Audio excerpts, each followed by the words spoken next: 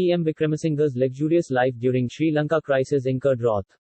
Sri Lanka protesters said, while we didn't have power at home, ACs were running in Sri Lanka Prime Minister Ranil Wickremesinghe's palace. See the dramatic pictures as Sri Lankans charge wildly into Wickremesinghe's palace. Footage circulated on social media claimed that luggage belonging to the president was hurriedly packed into a Navy ship SLNS Gajabahu at the Colombo port.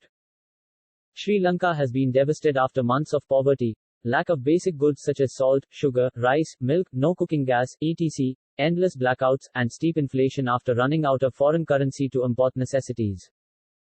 The government has defaulted on its $51 billion external debt and is seeking an International Monetary Fund bailout. On Saturday, thousands of people streamed into the capital angrily in protest while the army stepped in to help the protesters.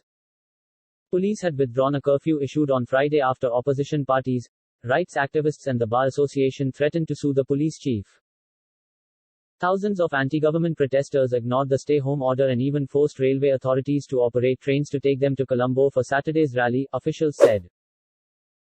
The curfew was not a deterrent. In fact, it encouraged more people to get on the streets in defiance, the defense official said.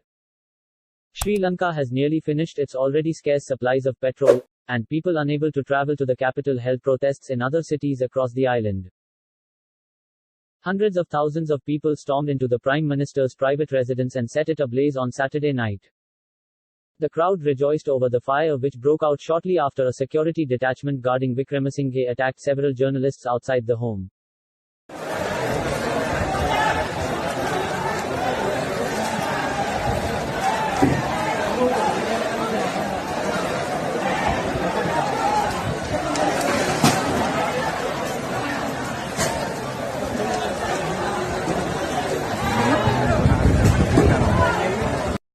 The angry starving citizens storm into the PM's house and pounce on the lavish delicious feast set on the tables and start eating the delicacies, wine and drink. Clearly, two sets of living, the great gap that stirred public fury.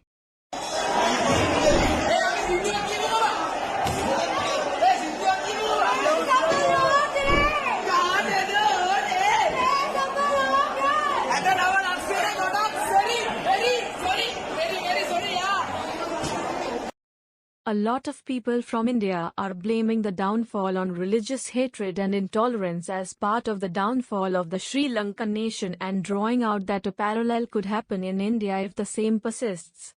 Basically, there was no growth and development in Sri Lanka, which focused mainly on tourism, which was crippled after COVID-19. Centralization of power and wealth crushed the common citizens and also snuffed out the entrepreneurship of minorities in the increasing religiously communal hatred that was surging.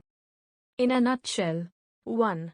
No new industries were created by the Sri Lankan regime. 2. Communalism and violence increased while minorities were ill-treated. 3.